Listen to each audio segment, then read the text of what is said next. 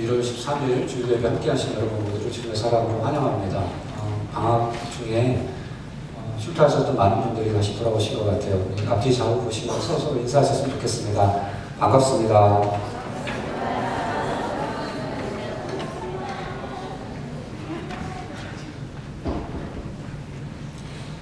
네, 한국 방문했다 기록한 우리 노지은 자매님과 함께 남편 되는 서영희 형제님 같이 방문해 주셨습니다. 두 계시죠? 잠깐 일어나시면 저희가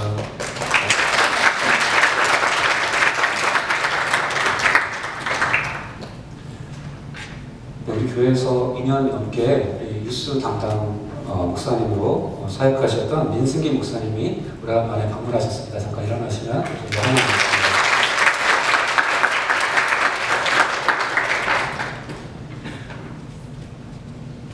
네, 이제 제가 기도하고 말씀 전하겠습니다.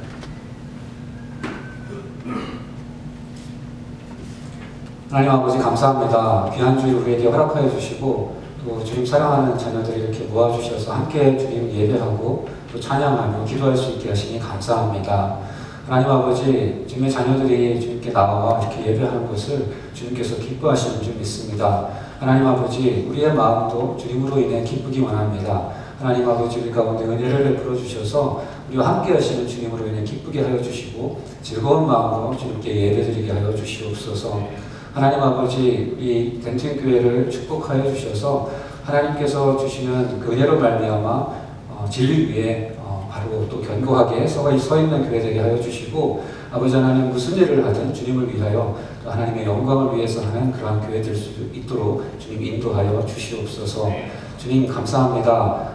우리 오랜만에 우리 교회 방문한 우리 민승기 목사님, 아버지 하나님 어디에 있든 주님께서 함께하여 주셔서 주님의 종된 사역, 그 사명 온전히 감당케 하여 주시고, 아버지 하나님 그 가정 구하는 그 모든 기도의 제목들 주님께서 아시오니 하나님께서 은혜를 베푸사 그 모든 일이 형통하고 또 순적하게 이루어질 수 있도록 주여 함께하여 주시옵소서. 감사드리며 예수님의 이름으로 기도하옵나이다. 아멘. 오늘 함께 보실 하나님의 말씀은 잠언 3장 1절부터 10절까지 말씀입니다. 잠언 3장 1절부터 10절까지 말씀 저와 여러분이 한 절씩 교독하겠습니다. 잠언 3장 1절입니다. 내 아들아, 나의 법을 잊어버리지 말고 내 마음으로 나의 명령을 지키라.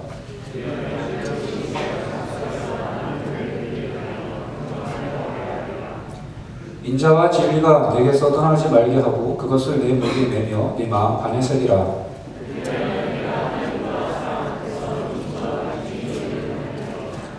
너는 마음을 다하여 여호와를 신뢰하고 내 명철을 의지하지 말라.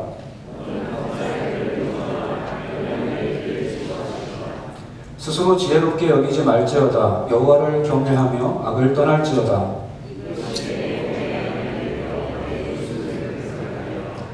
네 재물과 네 소산물의 처음 익은 열매로 여호와를 공경하라.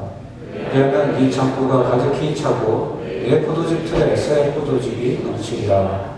아멘.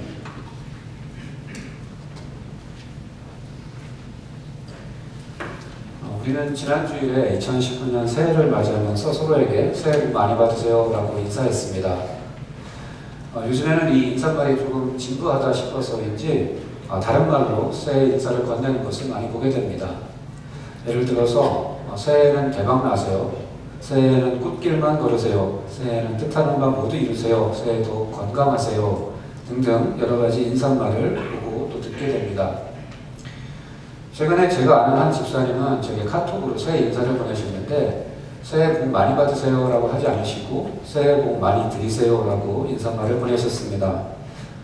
처음에는 집사님이 잘못 적으셨나 보다 이렇게 생각했는데 생각해보니 그 집사님의 성향상 일부러 그렇게 보내신 것 같다는 생각을 하게 되었습니다. 아무튼 새해 인사로 새해 복 많이 드리세요 라고 하신 분은 제 인생의 처음이었습니다.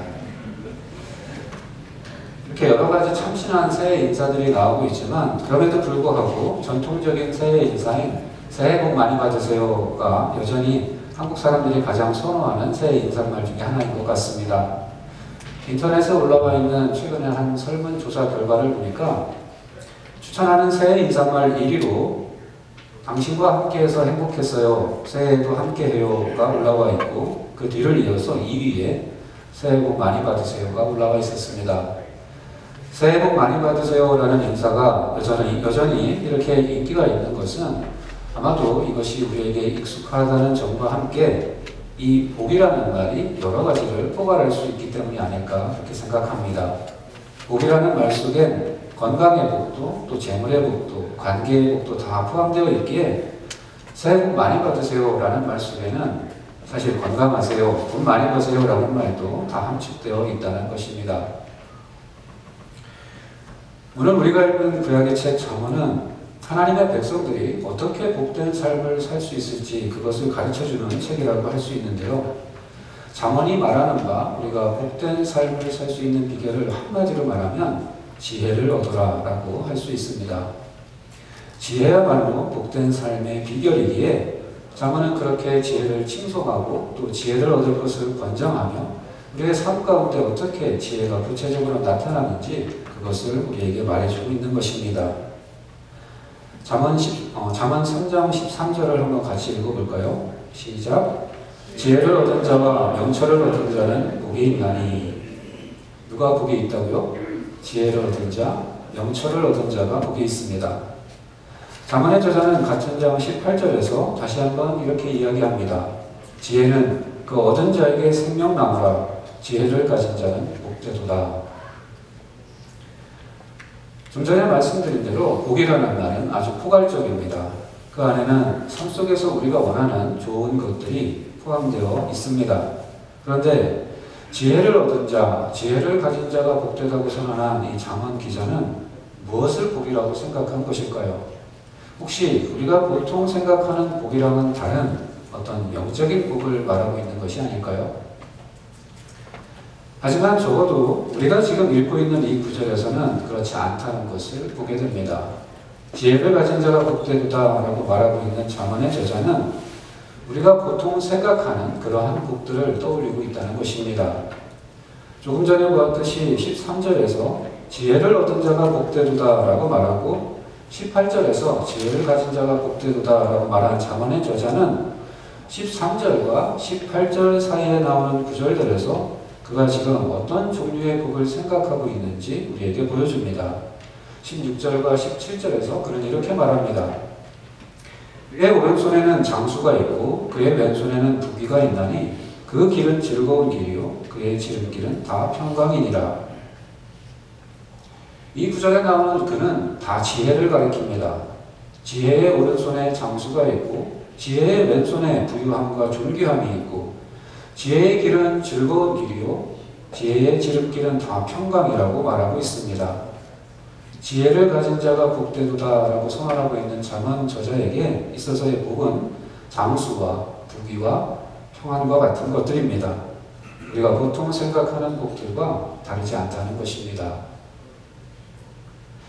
복된 삶이라 하면 장수와 부귀와 평안을 누리는 삶이요 그러한 삶의 비결은 지혜를 얻는 데 있다고 이 구절은 말하고 있습니다. 여기까지는 확실해졌습니다. 그렇다면 이제 남은 것은 이 지혜가 구체적으로 무엇인지 아는 것입니다. 이 지혜가 무엇인지 알고 그 지혜대로 행한다면 우리가 원하는 것, 복된 삶을 누릴 수 있을 것이기 때문입니다. 오늘 우리가 읽은 본문은 바로 이 지혜를 우리에게 가르쳐주고 있습니다.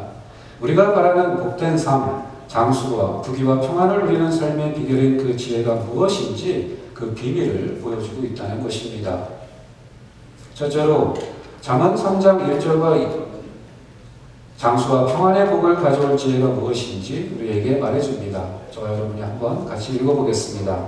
시작. 내 아들아 나의 법을 잊어버리지 말고 네 마음으로 나의 명령을 지키라. 그리하면 그것이 네가 장수하여 많은 해를 누리게 하며 평강을 더하게 하리라. 지금 아버지 혹은 어머니가 아들에게 이야기하고 있는 상황입니다. 그러므로 여기 나오는 나의 법, 나의 명령은 부모의 법, 부모의 명령입니다. 하지만 부모가 자녀에게 가르쳐주는 이 법과 명령은 다름 아닌 하나님의 법, 하나님의 명령을 가리킵니다. 신명기 6장 6절과 7절에서 이렇게 말씀하시죠. 오늘날 내가 내게 명하는 이 말씀을 너는 마음에 새기고 네 자녀에게 부지런히 가르치며 집에 앉았을 때에든지 길에 행할 때에든지 누웠을 때에든지 일어날 때에든지 이 말씀을 강론하라. 하나님의 법과 명령이 부모를 통해서 자녀에게 배워지는 것입니다. 그리고 그렇게 부모를 통해 배운 하나님의 법과 명령을 자녀가 기억하고 순종하면 그 하나님의 법과 명령이 그 순종하는 자녀의 삶에 장수와 평강을 더하여 줄 것이라고 약속하고 있는 것입니다. 우리는 이 말씀을 읽으며 성경에 나오는 이와 유사한 약속을 떠올리게 됩니다. 하나님이 이스라엘 백성들을 애굽의 종살이에서 건져내시고 약속하신 가나안 땅으로 들이시면서 그들에게 이렇게 말씀하셨습니다. 너희가 만일 나의 법도를 지키면 너희가 들어가는 그 땅에서 너희가 오랫동안 거주하며 평안을 누릴 것이다. 즉 같은 원리가 공동체에게나 개인에게나 똑같이 적용되는 것입니다. 이스라엘 백성의 공동체가 하나님의 법에 순종하면 가나안 땅에서 평안을 누리며 오래도록 거주하게 될 것입니다. 이스라엘이라는 국가 공동체가 장수와 평안을 누리는 것입니다. 마찬가지로 하나님의 백성 한 사람 한 사람 개인이 또한 하나님의 법에 순종하면 장수와 평안을 누릴 것이라고 오늘 말씀이 약속하고 있습니다. 장수와 평안의 복을 누리는 지혜는 하나님의 법과 명령을 지켜 행하는 것입니다. 장수와 평안의 복을 가져올 지혜가 뭐라고요? 하나님의 법과 명령을 기억하고 지켜 행하는 것입니다. 혹시 이것이 뜬구름 잡는 소리 같다 생각되신다면 제가 이 말씀을 들려드리고 싶습니다. 너희는 내가 오늘 다짐해 두는 이 모든 말을 마음에 간직해 두어라. 이 법에 있는 한 조목 한 조목을 성실껏 지키라고 너희 후손에게 일러주어라. 이것은 빈말이 아니다. 너희의 생명이다. 이 말씀을 따라야 이제 요르단강을 건너가서 차지하려는 땅에서 너희가 오래 살리라. 빈말이 아닙니다. 뜬구름 잡는 소리가 아닙니다. 우리가 우리 자신을 위하여 또 우리 자녀를 위하여 또 우리 공동체를 위하여 생명처럼 붙들어야 할 지혜인 것입니다. 둘째로 잠언 3장 3절과 4절은 관계의 복을 가져온 지혜가 무엇인지 우리에게 가르쳐줍니다. 저 여러분이 또 한번 함께 읽어보겠습니다. 시작. 인자와 진리가 내게서 떠나지 말게 하고 그것을 내 목에 매며 내 마음 안에 새기라. 그리하면 네가 하나님과 사람 앞에서 은총과 귀중히 여김을 받으리라. 하나님과 사람 앞에서 은혜를 입고 귀중히 여김을 받는 것은 참으로 복된 것입니다. 처음에 말씀드렸던 설문조사에서 가장 선호하는 새해 인사말 1위로 뽑힌 것이 뭐였죠? 당신과 함께해서 행복해서요. 새해에도 함께해요 라는 인사말이었습니다. 하나님께로부터 또 사람들로부터 사랑받을 때 하나님이 내게 은총을 베푸시고 사람들이 나를 소중히 여김을 느낄 때 그때 나는 행복한 것입니다. 하나님과 사람 앞에서 사랑스러워지는 복, 그 복을 가져다 주는 인자와 진리를 저버리지 않는 것이라고 이 말씀은 우리에게 가르쳐 줍니다. 내 목에 맨다, 내 마음 안에 새긴다는 것은 나와 분리될 수 없도록 나를 떠나지 못하도록 스스로를 구속하는 것을 나타냅니다. 즉, 이 구절은 언약 관계를 전제로 하고 있는 것입니다. 인자와 진리를 떠나지 말게 한다는 것은 관계 가운데 요구되는 사랑과 신의를 버리지 않는 것을 뜻하는 것입니다. 그래서 공동번역 성경은 인자와 진리를 내게서 떠나지 말게 하고 라는 말을 이렇게 번역하고 있습니다. 성실하게 신의를 지켜라. 이것이 하나님과 사람 앞에서 은총과 존귀의 복을 누리는 비결인 것입니다. 하나님과의 관계에서나 사람과의 관계에서나 그 관계에서 나오는 바 사랑해야 할 책임, 신의를 지켜야 할 의무를 저버리지 않는 것, 한마디로 말해 신실한 사람이 되는 것, 그것이 사랑스러워지고 사랑받는 지혜인 것입니다. 셋째로 잠언 3장부터 7절 상반절은 인도의 복, 형통의 복을 가져올 지혜가 무엇인지 우리에게 말해줍니다. 또 한번 같이 읽어보겠습니다. 시작. 너는 마음을 다하여 여호와를 신뢰하고 내 명철을 의지하지 말라. 너는 범사의 그를 인정하라. 그리하면 내 길을 지도하시리라. 스스로 지혜롭게 여기지 말지어다. 요즘에 나오는 새 인사말 중에 하나가 새해는 꽃길만 걸으세요 라고 했죠. 누구나 마음먹은 대로 자기 힘으로 꽃길을 갈 수 있다면 이런 인사말은 나오지 않았을 것입니다. 당장 내일 일도 알 수 없는 우리에게 서로에게 이런 행운을 비는 것입니다. 인생길을 걸어가며 우리가 누릴 수 있는 가장 큰 축복 중에 하나는 누군가 나의 미래를 아는 분이 나의 길을 인도해 주시는 것이 아닐까 생각됩니다. 방금 전에 읽은 말씀은 바로 그 복을 이야기하고 있습니다.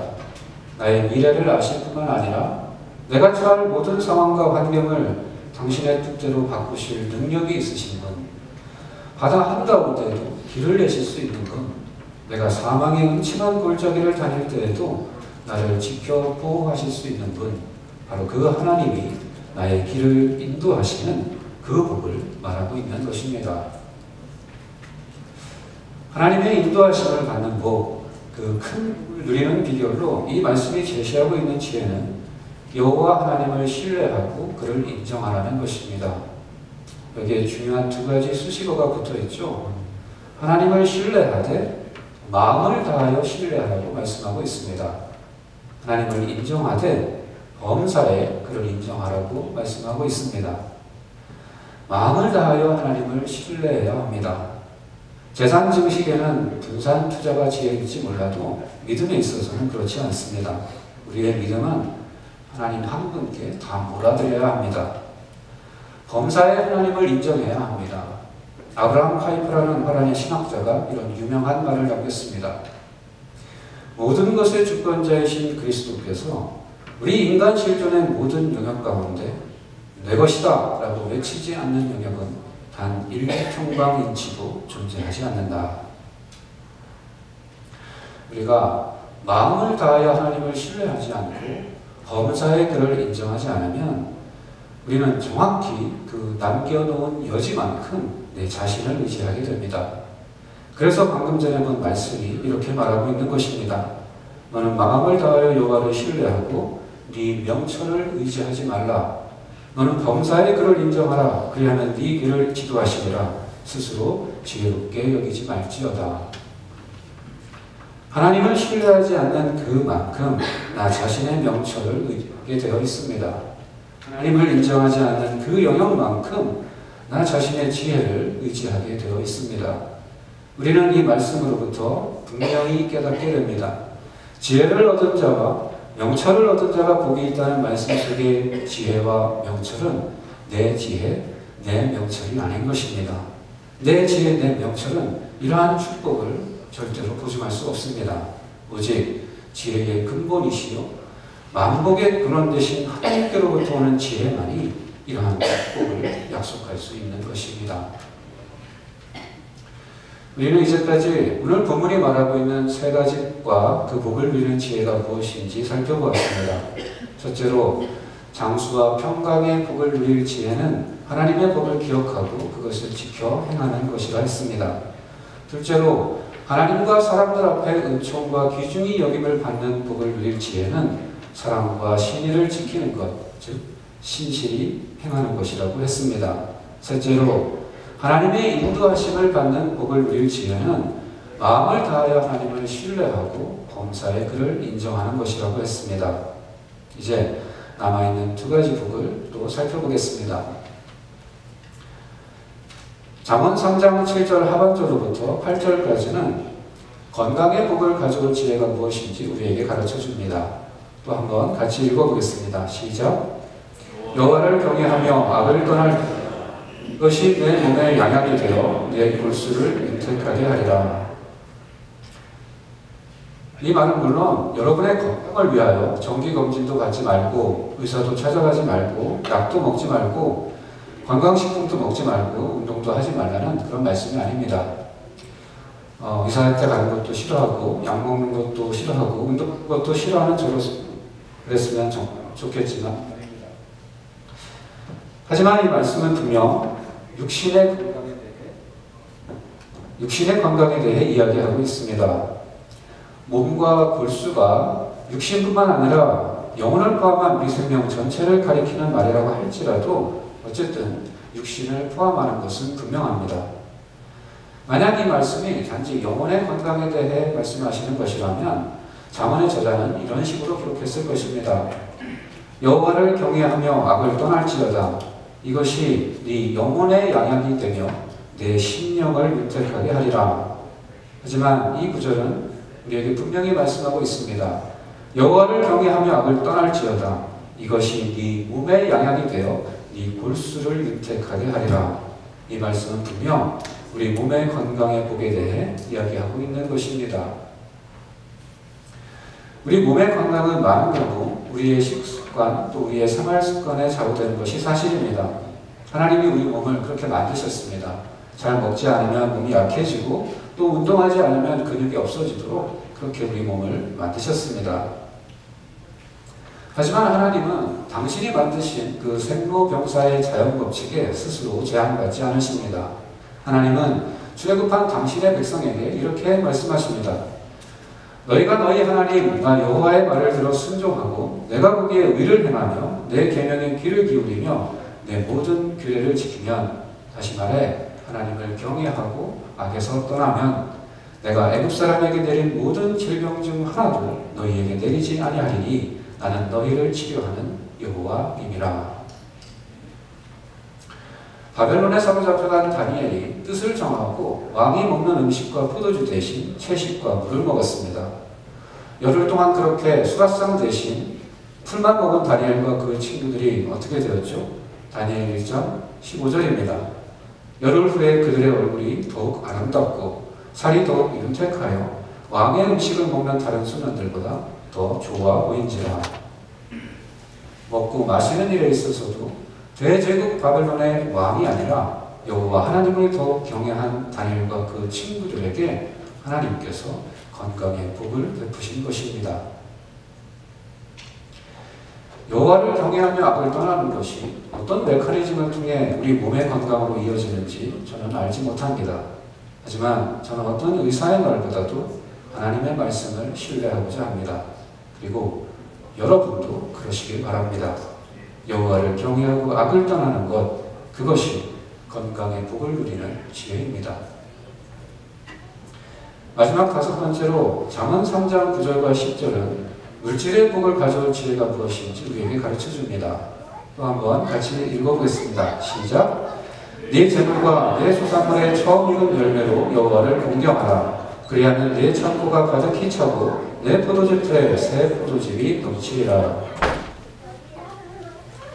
창고가 가득히 차고 포도즙 틀에 새 포도즙이 넘친다는 것은 농경사회였던 구약시대 이스라엘의 상황에서 물질의 풍요를 나타내는 그림입니다.